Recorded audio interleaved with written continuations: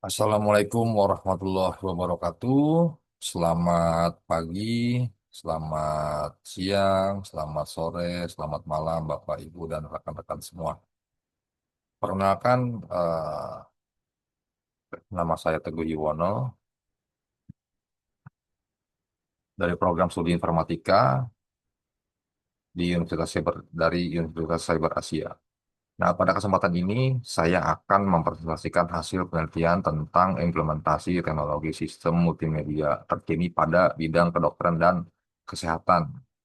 Nah, dengan mengambil studi kasus dari RSUP Dr. Sarjito Yogyakarta, yaitu salah satu rumah sakit rujukan nasional terdepan di Indonesia.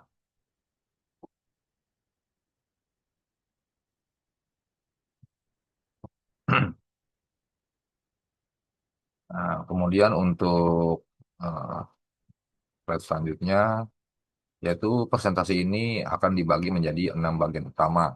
Pertama, kita akan membahas latar belakang.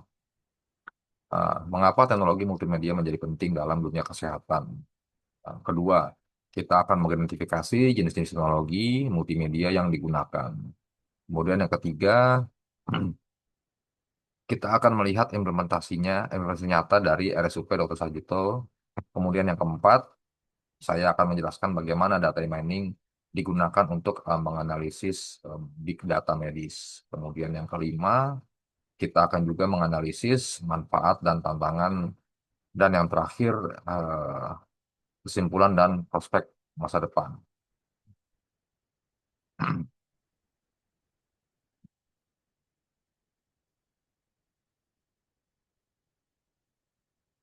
Nah, untuk di latar belakang, nah di sini mari kita lihat konteks transformasi digital kesehatan di era digital saat ini ya. Nah, sistem multimedia tidak lagi hanya tentang teks atau gambar, nah, tetapi sudah mengintegrasikan berbagai bentuk media untuk meningkatkan layanan kesehatan. Contoh konkretnya adalah CT scan dan MRI yang mampu memberikan visualisasi organ internal dengan detail luar biasa. Kemudian teknologi VR dan AR membuka dimensi baru dalam pelatihan medis. Telemedicine menjadi solusi untuk menjangkau daerah terpencil. Nah, untuk memberikan gambaran konkret, kita akan melihat RSUP Dr. Sarjito Yogyakarta. Nah, ini adalah rumah sakit rujukan nasional tipe A dengan kapasitas 881 tempat tidur. Eh, Kemudian di tahun 2024 mereka meresmikan gedung baru dengan konsep Smart Hospital. Nah, ini bukan investasi kecil ya. Eh, 267 miliar untuk gedung dan 240 miliar untuk peralatan medis canggih. Nah, ini menunjukkan komitmen serius dalam transformasi digital kesehatan. Nah, sekarang mari kita lihat 5 kategori utama teknologi multimedia dalam kedokteran modern. Nah, di sini pencitraan medis. Nah, pertama, pencitraan medis, fondasi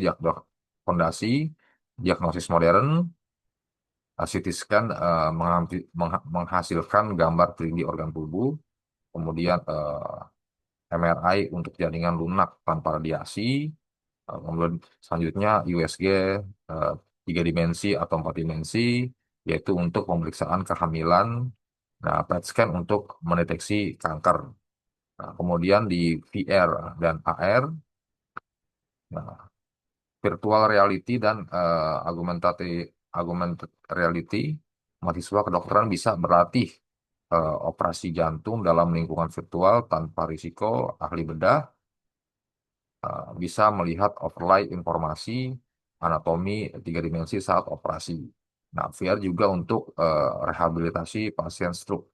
Kemudian yang ketiga yaitu telemedicine yang krusial untuk Indonesia. Pasien di Papua bisa konsultasi dengan spesialis di Jakarta. Kemudian memonitoring pasien diabetes dari rumah dengan resep elektronik mengurangi kesalahan tulisan tangan.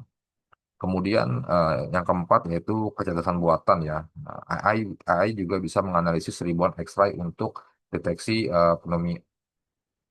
pneumonia dengan akurasi sangat tinggi. Kemudian memprediksi risiko komplikasi berdasarkan data pasien.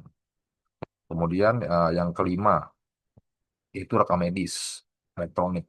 Nah, ini mengintegrasikan semua data pasien dalam satu sistem terpusat. Nah, dokter bisa akses riwayat lengkap pasien secara real time, meningkatkan koordinasi antar spesialis.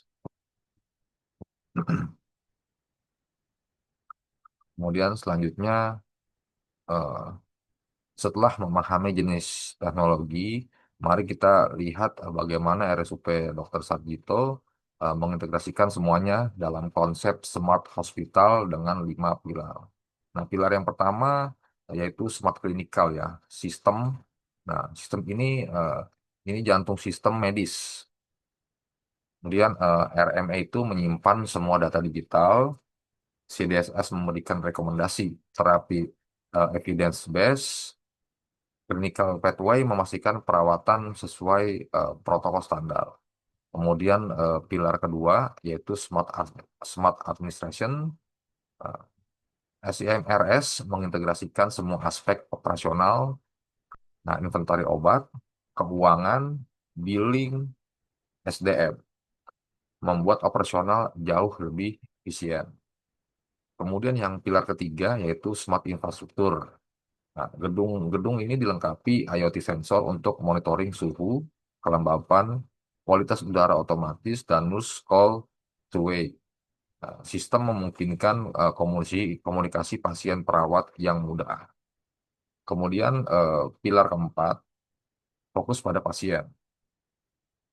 Experience, booking online, kemudian melihat estimasi, waktu tunggu, kemudian telemedicine dari rumah, kemudian akses hasil lab via portal pasien. Nah, semua meningkatkan kepuasan pasien. Kemudian yang kelima, yang terakhir yaitu pilar kelima adalah smart data analitik yang akan kita bahas lebih dalam di bagian data mining. Nah, mengolah big data untuk prediksi obat, analisis tren, penyakit, kemudian dashboard untuk keputusan strategis manajemen. Nah, sekarang kita masuk ke bagian yang sangat penting nih, data mining dalam kesehatan. Nah, bayangkan setiap hari RSUP Dr. Sarjito menghasilkan data yang sangat besar. Ribuan pasien berobat, ratusan ribu hasil lab, kemudian puluhan ribu gambar radiologi. Ini adalah big data dalam konteks kesehatan. Nah, pertanyaannya, eh, bagaimana mengubah gunung data ini menjadi sesuatu yang bermanfaat? Disinilah data mining berperan.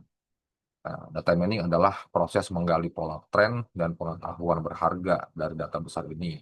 Tujuannya untuk apa? Tujuannya bukan sekedar menyimpan data, tapi menggunakan data untuk mendukung keputusan klinis yang lebih baik. Misalnya mendeteksi pasien berisiko tinggi komplikasi, kemudian memprediksi kebutuhan obat atau menemukan treatment paling efektif. Nah, intinya adalah mengubah data menjadi insight dan insight menjadi action. Nah, kemudian mari kita lihat 4 teknik utama data mining untuk kesehatan dengan contoh konkretnya.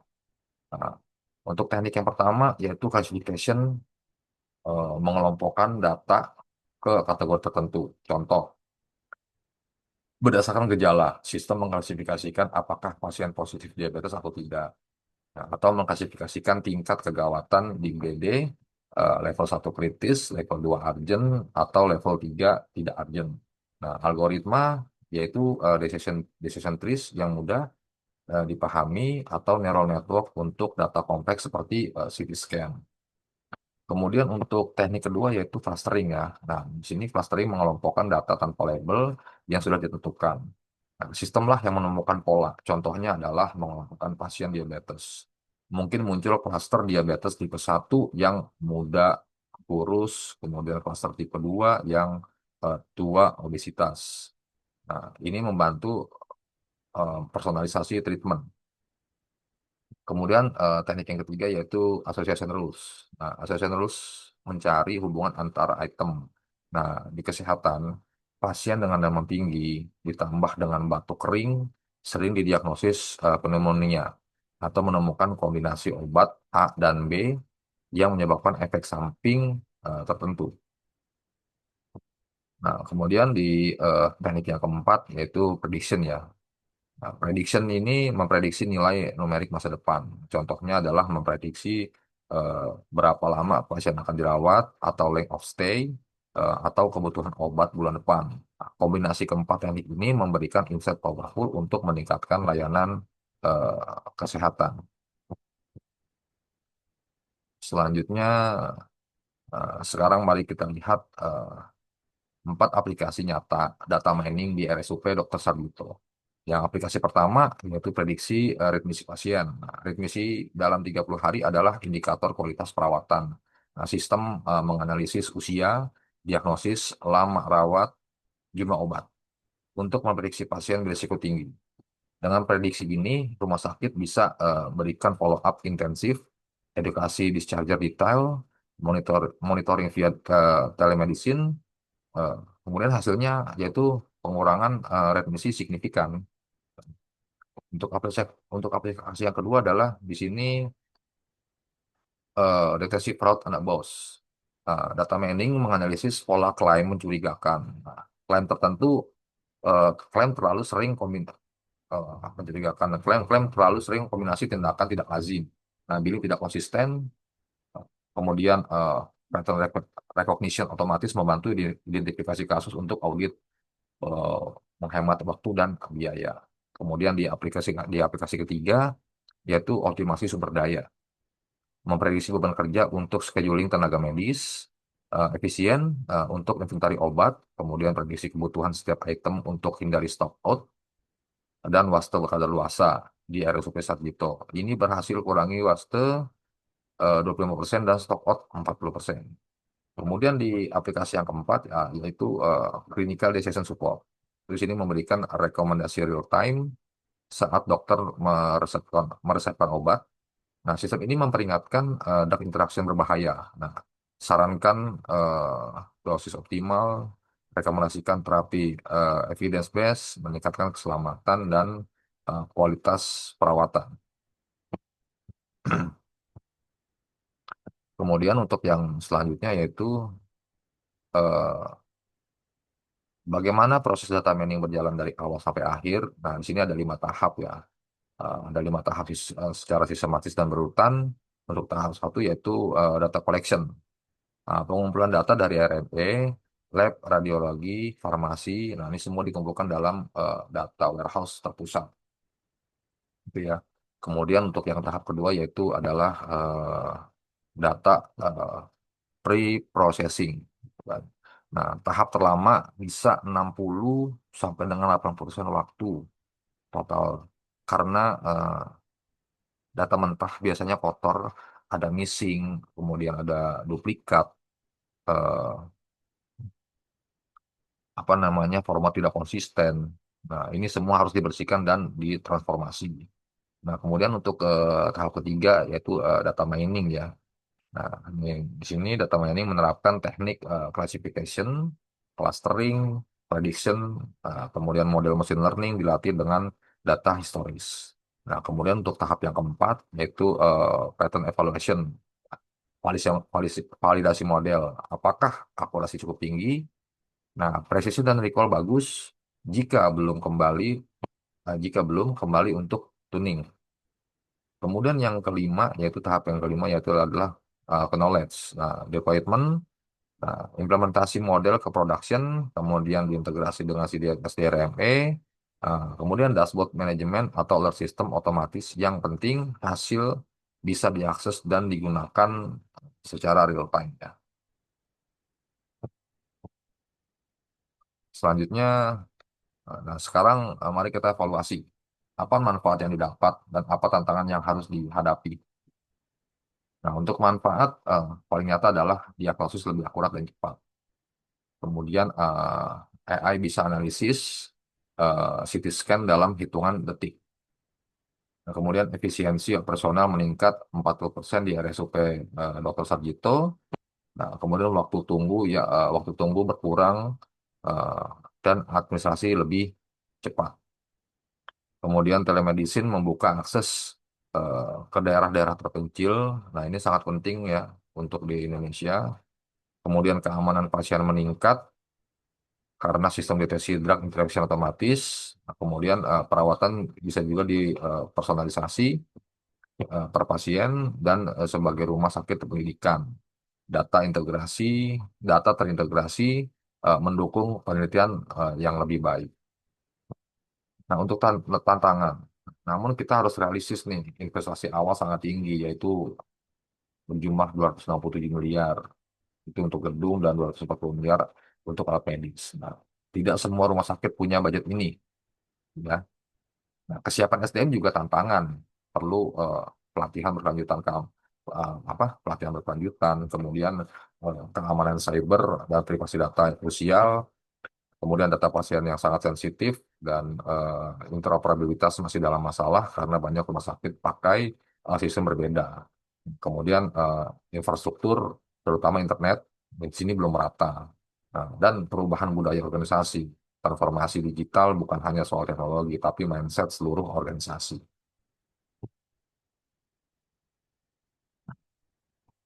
Nah, sekarang mari kita lihat ya dampak kuantitatif implementasi ini. Nah, di sini 40% pengurangan waktu tunggu. Nah, ini bukan kecil. Dulu pasien misalkan tunggu 2 jam. Nah, sekarang hanya 1 jam 12 menit, kurang lebih ya, berkat sistem antrian digital dan pendaftaran online terintegrasi. Nah, kemudian 90% akurasi diagnosis AI. Nah, di sini sangat impresif ya untuk deteksi pneumonia dari X-ray atau tumor dari CT scan. Nah, AI mencapai akurasi setara, bahkan lebih tinggi dari radiologis berpengalaman. Nah, di sini juga AI tidak menggantikan dokter, tapi membantu keputusan lebih baik. Nah, 2447 akses telemedicine artinya 24/7 ini adalah layanan tersedia 24 jam 7 hari. Game changer untuk aksesibilitas. Pasien tidak perlu datang untuk konsultasi rutin atau follow up. Nah, bisa konsultasi dari rumah kapan saja. Nah, kemudian di sini juga ada 100% integrasi data RME. Nah, di sini semua data pasien, hasil lab, radiologi, kemudian resep, dan catatan dokter dalam satu sistem. Nah, tidak ada data cecer atau tidak bisa diakses. Nah, di sini sumber sumber annual report RSUP dari Sarjito di tahun 2025 kemarin. Nah, sekarang mari kita lihat ke masa depan.